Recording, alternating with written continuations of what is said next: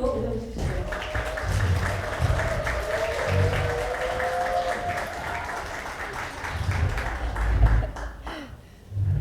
안녕하세요. 지금 방금 소개받은 퍼실리테이터 여혜숙입니다. 제가 키가 작아서 여기 있으면 잘 안 보이시나요?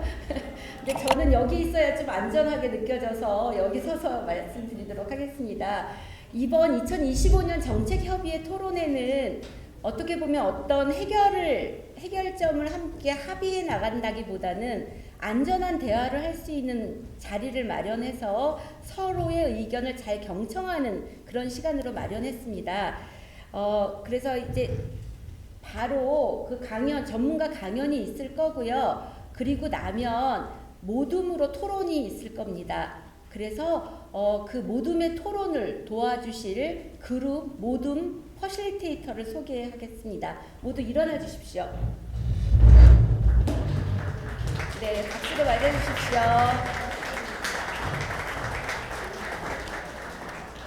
아마 오늘 시간이 굉장히 촉박해서 저희 퍼실리테이터가 하는 역할은 시간을 재고 정확하게 그 시간에 끝날 수 있도록 어떻게 보면 선생님들이 말씀하시는데 조금 이렇게 제동을 걸지도 모르겠어요. 그것에 잘 따라주시기를 바라고요. 이제 엄한진 교수님께서 혐오 정치에서 정치적 종교 운동이란 제목으로 강연해 주실 겁니다. 강연을 들은 후에 모둠 토론이 있을 거고 그 이후에 질의응답 시간도 있을 겁니다. 자, 이 강연자이신 엄한진 교수님 모시겠습니다. 엄한진 교수님의 강연 시간은 40분입니다. 자, 박수로 맞이하겠습니다.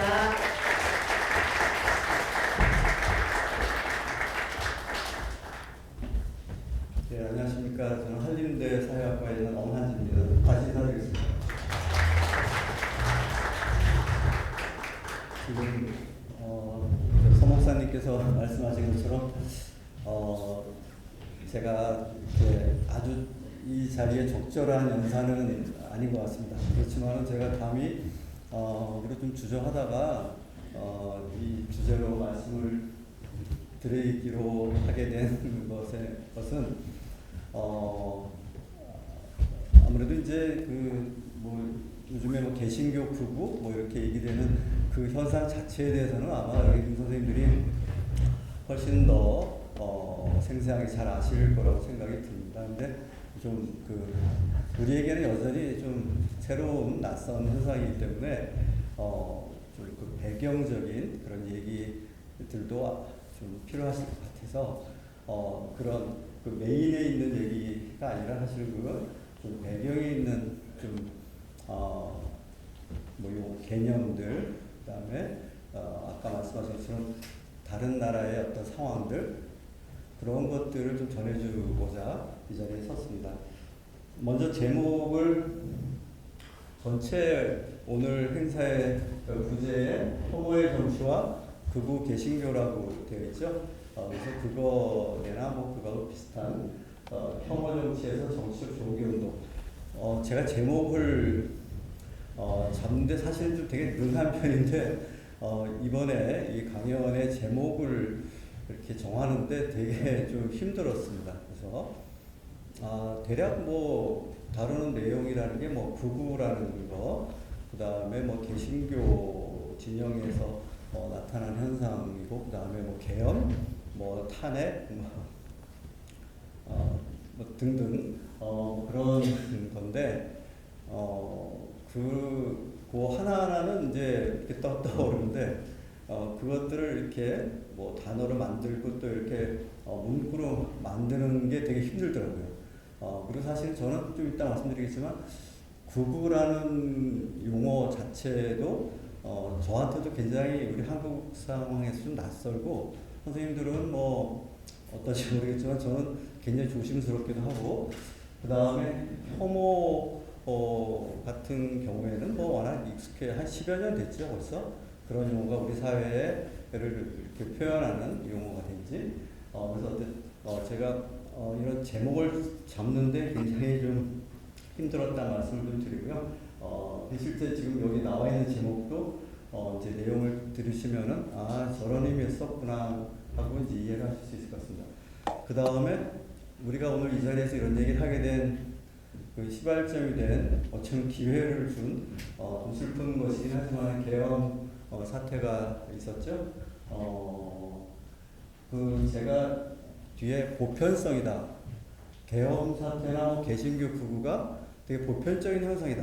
뭐 이렇게까지 얘기하는 건 아닌데 어떻게 쓰다 보니까 뒤에 제가 의미하고자 했던 거는 이게 꼭 한국의 못난 정치인들이나 아니면은 우리 사회의 어떤 부족함에 기인하는 우리만의 문제가 아니고 전 지구적으로 일어나는 어떤 이런 민주주의 체제, 민주주의의 어떤 위기의 일환이다, 한 부분이다, 라는 거를 좀 먼저 말씀을 드리고 싶었고요.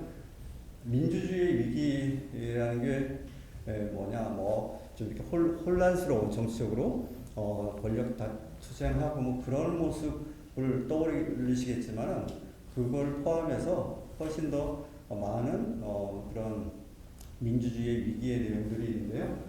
먼저 반영되지 않는 민의, 여론, 민의 이런 얘기 하는데 실제 우리는 그게 제대로 되고 있는지, 그 다음에 격렬한 정권 질탈전, 특히 한국, 미국 이런 데 보면은 굉장히 특히 양당제 체제에서 굉장히 박빙으로 갈리고, 그 다음에 다당제 국가 같은 게 유럽은 되게 보면은 좀 이따가 약간 말씀드리겠지만 정당의 이념적인 색깔이 굉장히 다채롭고, 그리고 다당제 국가 같은 경우에는 한 정당이 과반수 이상을 차지하기 좀 어려운 구조이기 때문에 연립 정부를 구성하는데 그게 좀 삐걱거리는, 그래서 몇 개월씩 그런 정부가 공석인 그런 거라든지 흔하게 이제 그런 것들이 최근에 나타나고 있고, 그 다음에 선거 결과를 인정하지 않는, 이번에도 우리 부정선거 이런 얘기도 있고요. 미국도 그렇고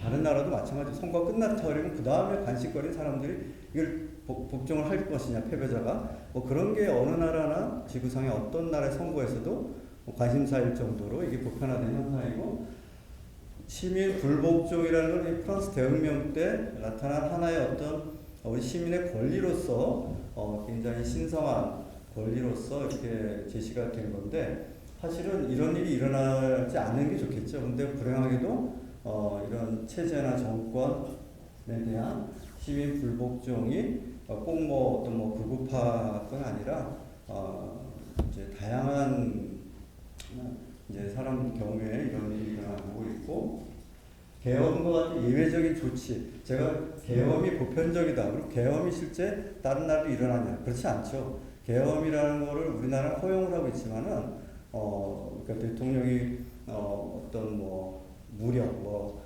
정상적인 어떤 방식이 아니고 군대를 동원을 한다든지 이런 식의 예외적인 조치들은 유럽 같은 경우에는 이제 아예 2차 대전 이후에 헌법에서 삭제를 한다든지 그런데 우리는 이제 여러 가지 또 상황상 그런 것들이 있는 상황이고요. 그렇지만 유럽도 계엄까지는 아니지만은 어떤 권리를 제한한다든지 너무 정권이 공격을 받고 시민들이 맨날 이제 거리에 나와가지고 물러나라 그러고 이랬을 때 그렇게 통행 금지를 실시를 한다든지 어떤 언론의 자유를 제한한다든지 그런 것들이 사실 선진국에서도 일어나고 있습니다.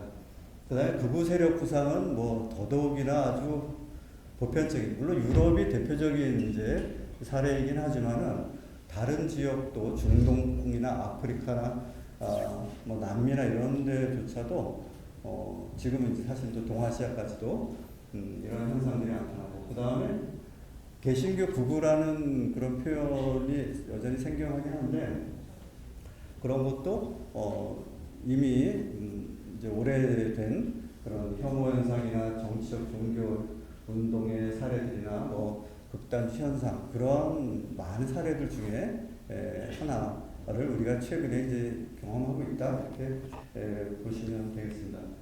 그 다음에 극우 개념, 제가 아마 오늘 말씀드릴 수 있는 그나마 말씀드릴 수 있는 내용이 아마 이 극우 개념에 대한 것 같아요. 나머지는 아마 선생님들 알고 계신 걸 반복하는 정도일 텐데, 최근에 이제 대중화됐어요. 극우 개념이 그 전에도 간혹 쓰였지만 그 전에는 그저 아주 굉장히 특별히 진짜 일탈이라고 할 수 있는 그런 사례들에 적용됐다면 이제는 굉장히 많은 사람들을 가리키는 그리고 여러 가지 용어들도 있고 엊그저께는 어떤 학생이 저한테 찾아와서 학내에 시국 강연회를 하는데 좀 선생님이 도와달라는 거예요. 근데 주제가 뭐냐 그랬더니 대학 극우에 대한 거예요. 요즘에 대학에도 이제 그런 이념적인 그런 갈등이 있고 제가 그랬죠. 제가 있는 대학 좀 섬세하게 살펴봐야 되겠다. 우리 학생들한테 대학 극우라고 이렇게 딱 이렇게 얘기를 하게 되면은 마치 그것이 되게 기정사실화되고 근데 저희 학교마다 좀 상황이 다른 것 같아요. 저희 학교에도 에브리타임이라고 해서 학생들의 그런 공론장이 있는데 거기에서 간혹 그런 이제 좀 발언들이 있고 하긴 하지만 그런 뭐 특별한 움직임이 없는 상황인데 예를 들어서 와가지고 대학 극우가 위험하고 뭐 이런 얘기하면 오히려 긁어부스럼 만드는 거 아니냐. 그래서 한번 좀 제목을 좀 달리하면 어떻겠냐 뭐 이런 얘기를 했던 기억이 납니다. 어쨌든 굉장히 제가 생각했던 것보다도 훨씬 더 이 용어가 많이 쓰이고 있다. 그럼 극우라는 표현으로 우리가 뭐를 거기에 담고 싶어 하느냐, 뭐 때문에 극우라는 걸 쓰냐 생각을 해보면 첫 번째는 이 폭력성인 것 같아요. 실제 거친 그런 뭐 행동들이나 또는 말이나 또는 그들의 생각, 사고 자체가 굉장히 극단적이라든지 뭐 그런 걸 우리가 가리키기 위해서 극단적이다. 두 번째는 민주주의 제도에 대한 공격을 담고 있고 실제 이제 좀 이따 말씀드릴 극우가 이제 대표적인 그런 극우의 대표적인 특징 중에 하나이기 때문에 크게 뭐 제가 이렇게 볼 때는 한 두 가지 뭐 이런 정도로 우리가 그 용어를 사용하는 것 같아요. 그래서 실제 정당하지 못한 계엄 조치 뭐 여기에 대해서 의견이 분분할 수 있는데 그래서 국가 폭력이라는 표현을 쓰죠. 뭐 그런 것들이 이제 발생을 하고 그것들도 옹호하는 시민사회가 행할 또 되게 폭력적인 방식으로 의견을 표출하고 그 다음에 이제 최근에 또 우리 한국의 사례에 대해서 이게 테러리즘이다라는 표현을 또 이렇게 쓰기도 하더라고요. 이것도 좀 조심스러운데 테러라는 건 테러리즘이라는 거는 사실은 이제 좀 힘이 약한 세력이 자신들의 또 의지를 관철시키기 위해서 그것이 꼭 뭐 정치적인 의지일 수도 있고 자신들의 어떤 소수 종교 집단이 인정을 받기 위해서 그런 테러를 한다든지 등등의 이제 그런 권력을 그것이 정치적 권력이든 사회적 권력이든 종교적 권력이든 그런 것들을 쟁취하기 위한 이제 것이고 거꾸로 이제 백색 테러 같은 경우는 권력을 가진 사람들이 이제 행하는 그런 이제 폭력을 얘기를 하는데 우리 한국 사회에도 이제 그런 용어들이 이제 사용되기 시작하더라고요. 그 다음에 전쟁을 불사한 호전성. 극우의 큰 특징 중에 하나가 이런 전쟁, 군대 이런 것 관련된 거예요. 주로 유럽에도 극우 세력들의 대표적인 사람들이 참전 용사들, 그리고 실제 뭐 그런 이제 전쟁이나 그런 것들을 대안을 제시하는 사람들, 뭐 이런 사람들이고요. 그다음 민주주의에 대한 공격이라고 했는데 이거는 민주주의에 대한 증오, 민주주의에 대한 공격은 이미 오랜 역사를 갖고 있습니다. 저희는 이제 민주화가 된 지 얼마 안 돼서 민주화라는 것은 어쨌든 굉장히 뭐 문제시 삼을 수 없는 절대선이라고 이제 생각을 하는데 의외로 오래전부터 이 민주주의라는 것에 대한 불만, 이런 심지어는 뭐 어쨌든 그런 것들이 있고 그 대표적인 세력이 이제 극우 이제 세력이고요. 그래서 원래 민주주의는 민이 주인이 되는 건데 바로 그 민이 자신들이 주인이라고 얘기해주는 이 민주주의에 대해서 거부하는 그런 모습들을 우리가 보고 있고 그게 이제 대표적인 게 이제 극우 현상입니다. 극우한 민주주의가 꼭 그렇게 적대적인 것만은 아니고요. 극우 세력은 제가 글에도 썼지만은 다른 정치 세력들 뭐 우리 같으면 이제 뭐 국민의힘이나 민주당이나 이런 세력들은 굉장히 정당들은 오랜 역사적인 뿌리를 갖고 있고 오랫동안 이렇게 일궈낸 그런 성과들을 지금 이제 의석이나 이런 것들로 이제 득표나 이런 걸로 가져왔는데 극우 세력들은 극우 세력의 특징은 그런 굉장히 조직적인 준비나 이런 거 없이도 어떤 상황이 되면은 순식간에 굉장히 큰 정치적 파워를 가지는 것이 이제 특징입니다.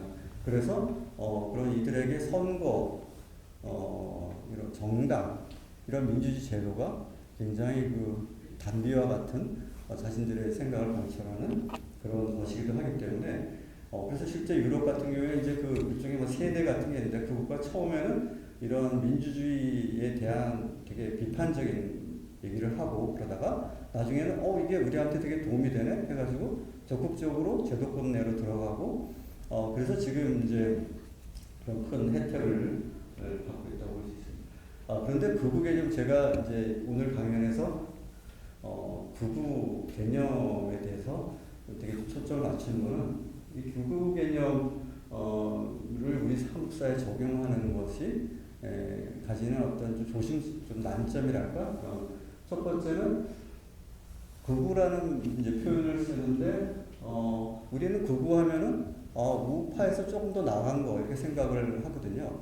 그런데 그래서 뭐 이제 우파 정당들 우리도 이제 보수 정당들이 있고 보수적인 성향을 가진 사람들이 있잖아요. 그 굉장히 많죠.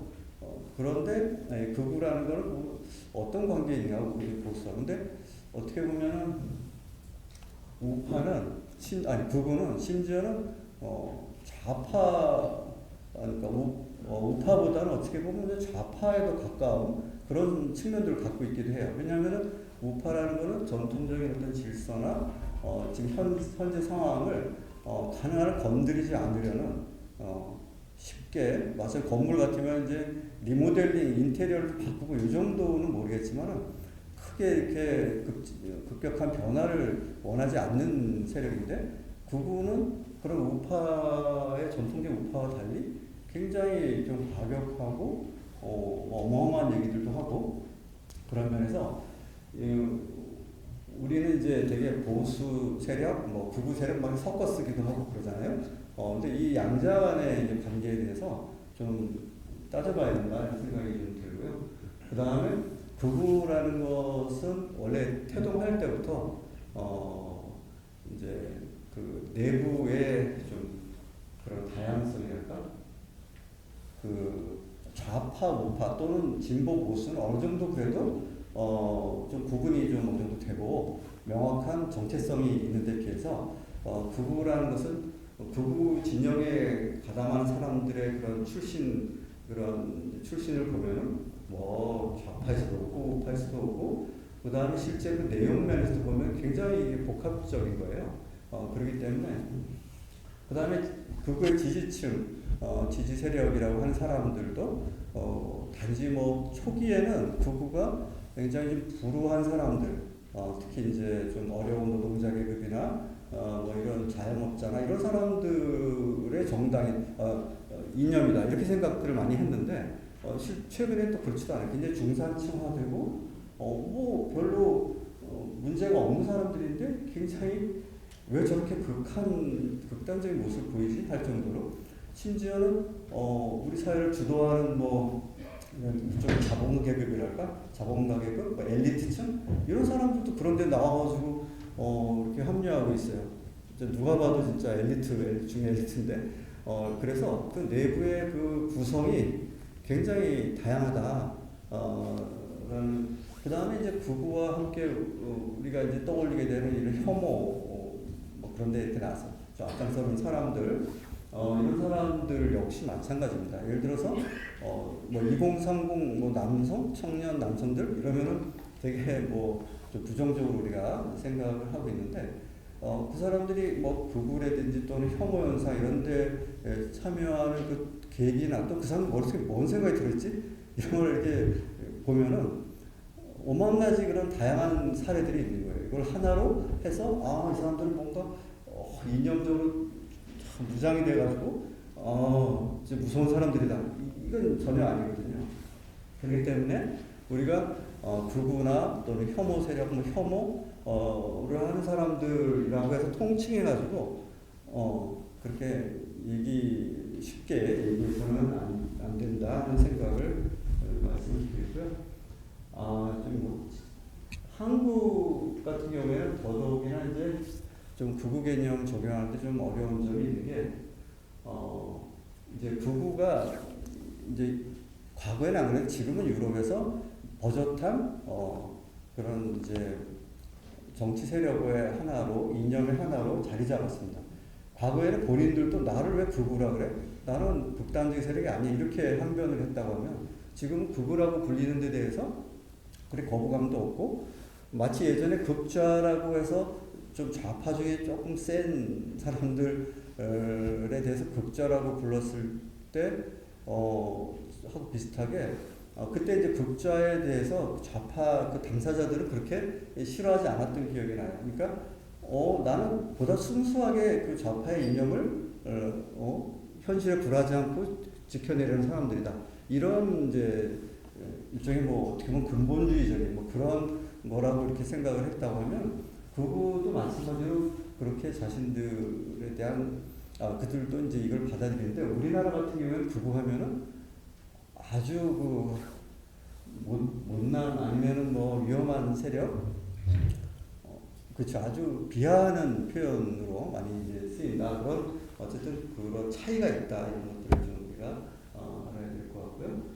그다음 우리나라의 특징은 혐오와 연관지어서 오늘도 이제 역시 제목이 혐오와 극우 이렇게 되는데 이게 모든 나라가 이런 거는 아니고요. 우리나라가 요 직전에 10여 년간의 그런 혐오의 시대, 혐오 정치의 시대를 겪었기 때문에 갈등의 시대를 겪어서 그렇다 이렇게 우리나라의 맥락이 그렇다. 그 다음에 정말 아까도 말씀드렸지만 극우 개념을 우리나라에 적용하는 게 쉽지가 않은데도 불구하고 제가 볼 때는 근데도 굉장히 이제 확산이 돼서 이제는 쉽게 사용되고 있는 거다. 그런 말씀을 좀 드리고요. 그 다음에 많이 들어보셨을 거예요. 언론에서 이제 제가 전 지구적인 극우의 구성이라고 해놓고 유럽의 사례만 이제 여기다 적어놨는데 사실 전 세계 200여 개 나라가 있지만은 이런 우나 좌나 어떤 그 정권이나 정당들이 이념에 의해서 이렇게 명확하게 구분되고 우리 정립이 쫙 돼 있는 사례가 별로 없는 것 같아요. 심지어 우리나라도 그렇잖아요. 우리나라도 민주당이 좌파냐, 중도냐 그런 것처럼 그래서 아무래도 우리가 유럽 사례를 들 수밖에 없는데 최근에 올해 독일 총선에서 독일 대한당이라는 이제 극우 정당이 2위 20%를 차지했습니다.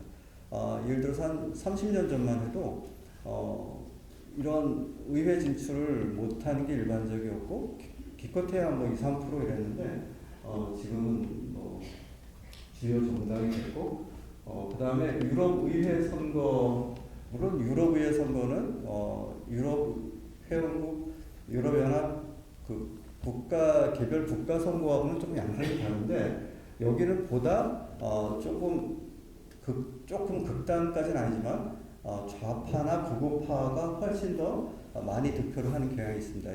전통적인 우파나 우리가 식으로 말하는 보수보다는 그래서 유럽 민중당이라는 세력이 가장 많은 의석을 이번 유럽연합에 차지했고 프랑스, 벨기에, 이탈리아, 스위스, 오스트리아에서 극우파가 유럽의회 선거에서 가장 많은 자국 내에 이렇게 분포를 보면은 1등을 했고요. 여기서 지금 이거 노란색 부분이 보이시죠? 네 번째 노란색이 중도 우파예요. 왼쪽이니까 빨간색, 분홍색, 녹색은 아무래도 이제 녹색당일 것 같고요. 빨간색은 전통적인 좌파, 분홍색이 보통 이제 좀 온건한 좌파, 사회민주당 이런 걸 가리키고요. 이 세 개가 이제 좌파고 노랑이 이제 중도 우파고 아까 말씀드린 188 저게 이제 구구파고 그 오른쪽도 다 구구파로 분류됩니다. 구구파도 여러 가지 그런 이제 수식어가 붙어요. 어떤 구구파, 뭐 포퓰리즘적인 구구파다, 뭐 민족주의적인 구구파다, 뭐 이런 식으로.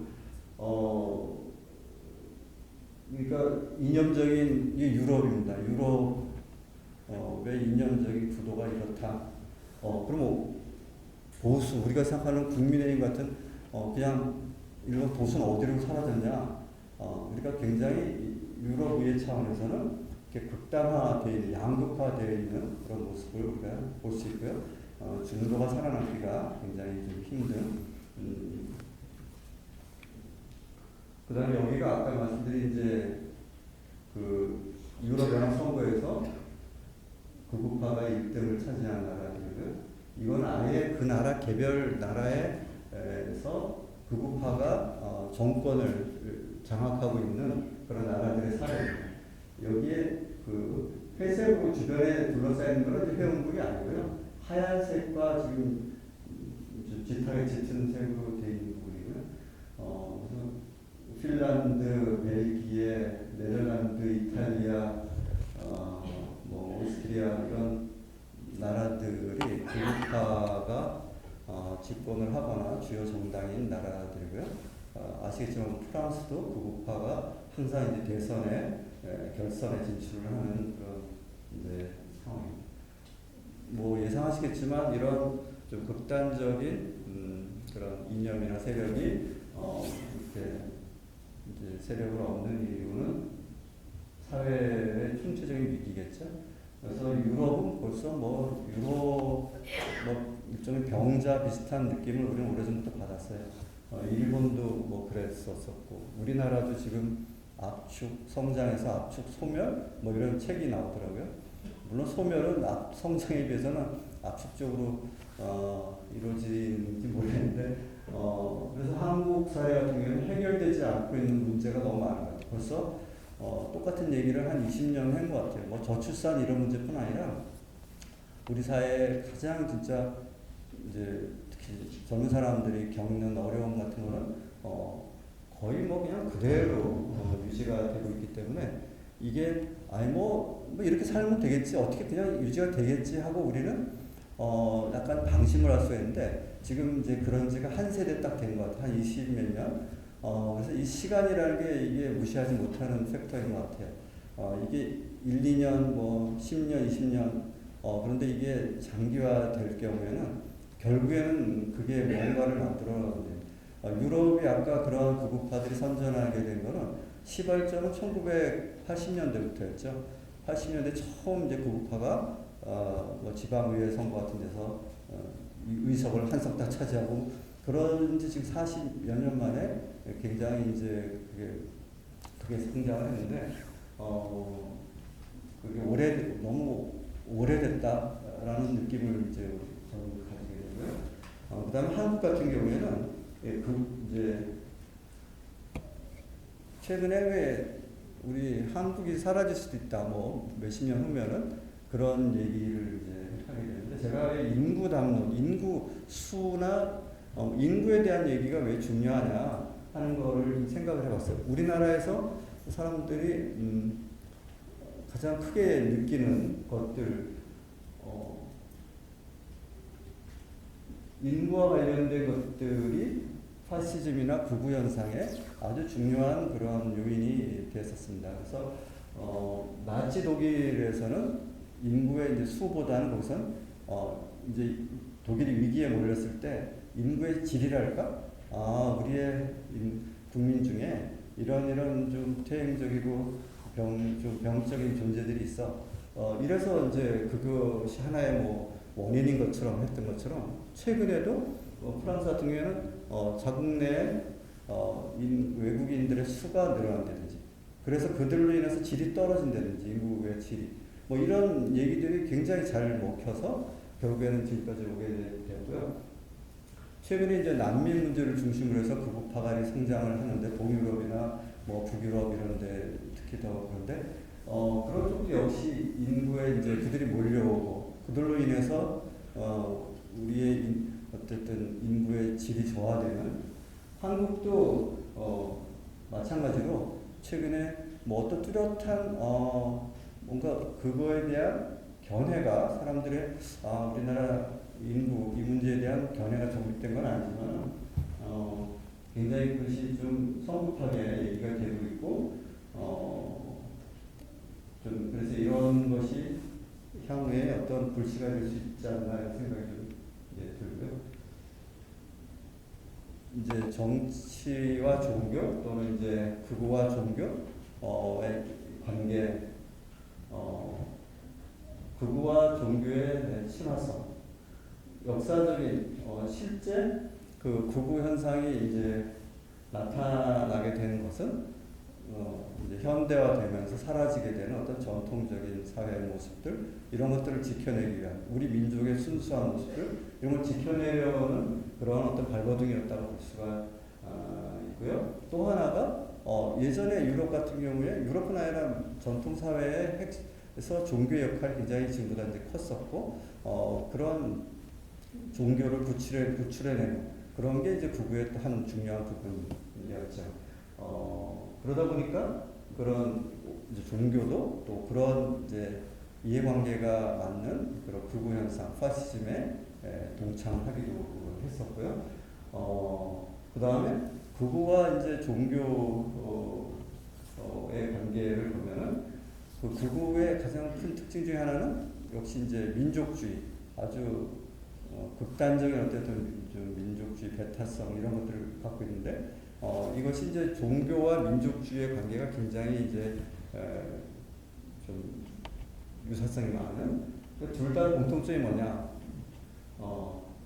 집단의 어떤 기원, 그 기원으로부터의 어떤 쭉 이어져 오는 연속성 이런 것들이 종교와 민족주의의 공통점이고 그래서 종교와 민족이 항상 엮이는 결합할 수 있는 친화적인 그런 요인이라고 할 수 있습니다. 그래서 굉장히 극단적인 민족주의의 종교가 잘 이렇게 결합될 수 있는 조건을 가지고 있다 이렇게 보시면 되고요.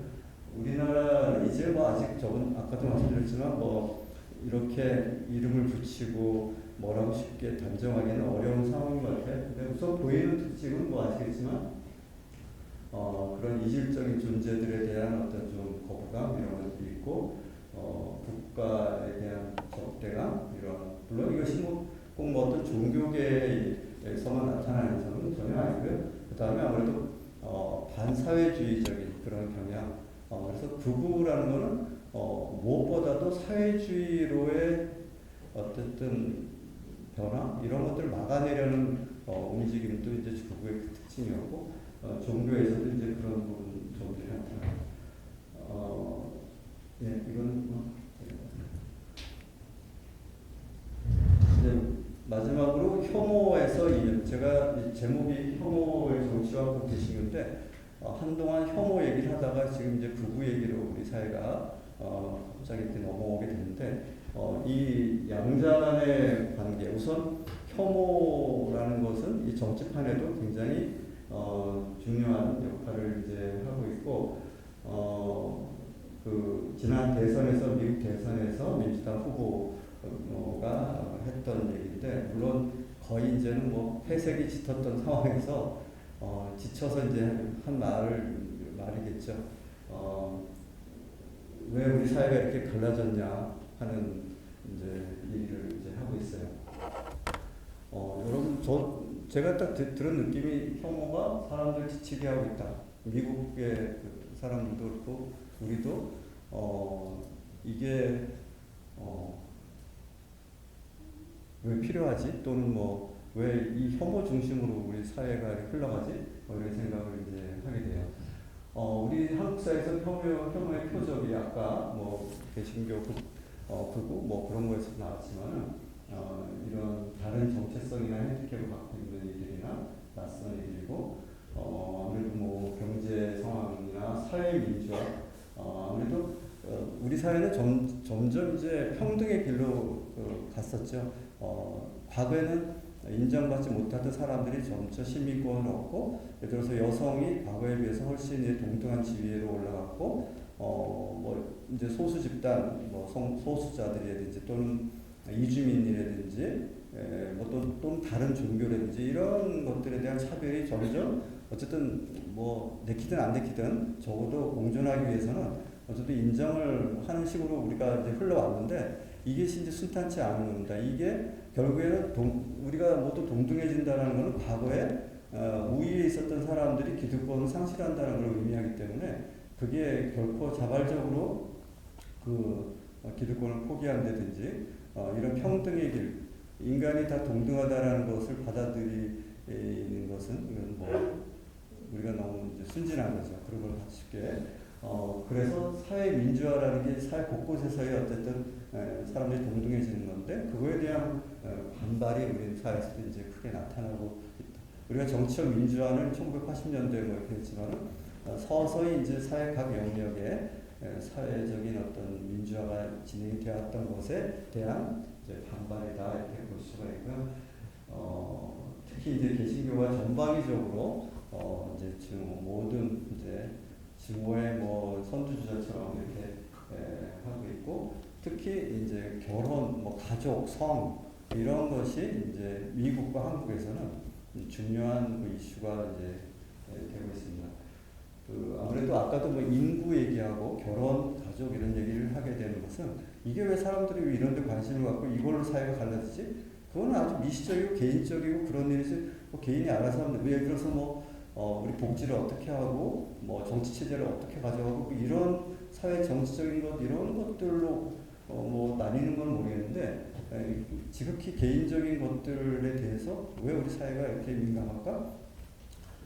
그게 한편으로는 좀 의아하지만 한편으로는 당연하다고 생각하는 것은 한 사회라는 게 아예 이렇게 굉장히 잘 나가고 성장할 때는 그런 기본적인 것들을 모르는데 사회가 정체되고 안정되고 이렇게 좀 변화가 없고 그러면은 사회의 가장 근간이 되는 요소들에 사람들이 좀 관심을 가지게 되고 아무래도 인간 사회라는 게 가정 그리고 결혼 뭐 성 뭐 이런 부분들이 아무래도 사회를 떠받치는 기초적 기본적인 요소들이기 때문에 그런 것들에 대해서 사회적으로 이제 논의하고 그렇게 되는 거죠. 그 다음에 이런 혐오 또는 증오 이런 현상과 극우의 결합.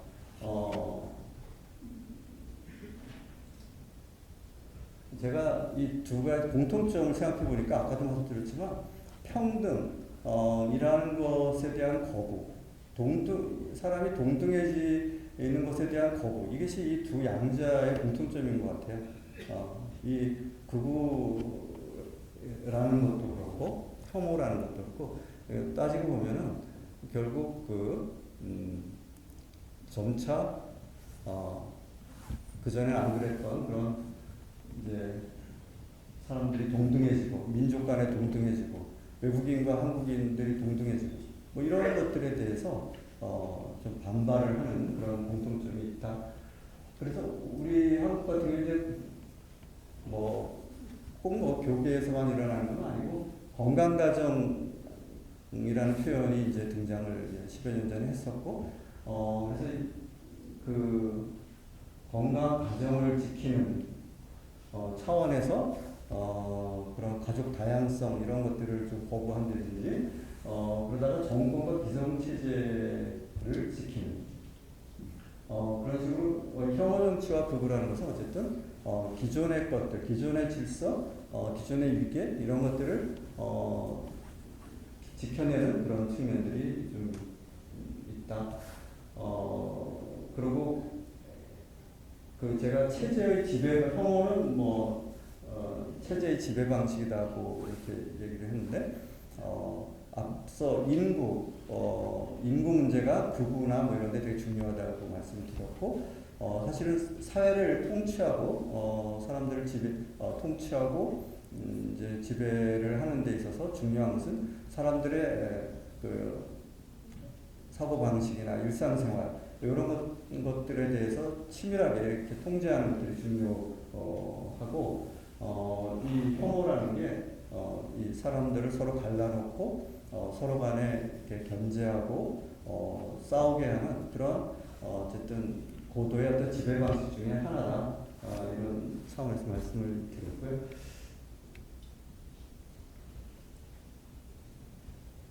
예.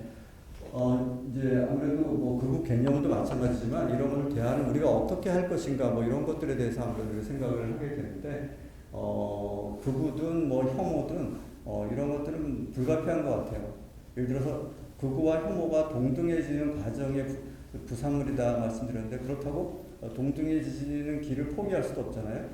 그렇기 때문에 이거는 우리가 당면해야 되는, 거쳐가야 되는 그런 이제 과제다. 그리고 그런 거에 대해서 너무 이런 좀 이상한 일이 발생을 한다라는 식으로 이것들에 대해서 좀 가볍게 봐서는 이제 안 된다.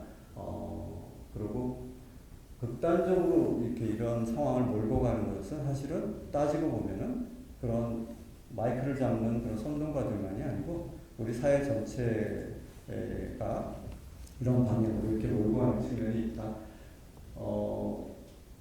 그 다음에 이제 사회의 흐름에 주목을 해야 되고, 개신교 부부나 오늘은 뭐 이 자리에는 그런 것에 대한 고민이 더 많을 테지만은, 뭐 어느 시기에는 그럴 수 있겠죠. 어느 시기에는 이런 어떤 종교계의 문제가 사회의 핵심적인 사안이 그런 시기도 있겠지만은, 적어도 지금 우리 사회의 핵심적인 것은 그런 뭐 종교 문제나 개신교 문제 뭐 그런 관련된 건 아니라고 저는 이제 생각이 듭니다. 그래서 이제 그거에 너무 이렇게 초점을 맞춰가지고